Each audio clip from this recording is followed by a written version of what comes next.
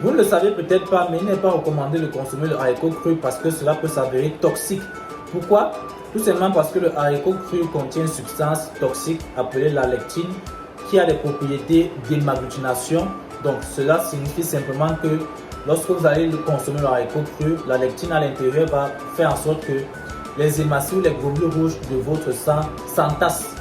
Et en dehors de cet effet d'émagglutination, la lectine va aussi prévenir ou empêcher ou bloquer l'absorption des nutriments contenus dans les aliments par votre intestin. Et cela peut conduire à des carences en vitamines ou en d'autres nutriments essentiels. C'est donc pour ça qu'il est recommandé de ne pas consommer le haricot cru et surtout le haricot rouge parce que le haricot rouge contient 3 fois plus de lectine que le haricot blanc. Donc il faut éviter formellement de consommer du haricot cru et les effets néfastes, les symptômes ou les manifestations de cette toxicité ou d'une intoxication au haricot cru peuvent être des nausées, des vomissements, ou encore faire la diarrhée, ou encore pouvoir avoir des crampes abdominales. Heureusement, il n'y a que dans quelques rares cas que cela nécessite une hospitalisation.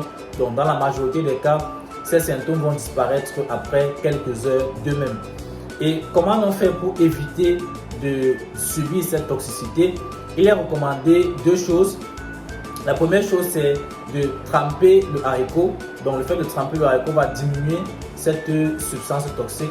Il est recommandé donc de tremper le haricot pendant toute la nuit. Et la deuxième recommandation, c'est de cuire le haricot après l'avoir trempé avant de le consommer. Il faut le cuire à une température de moins 100 degrés Celsius pendant un minimum de 10 minutes.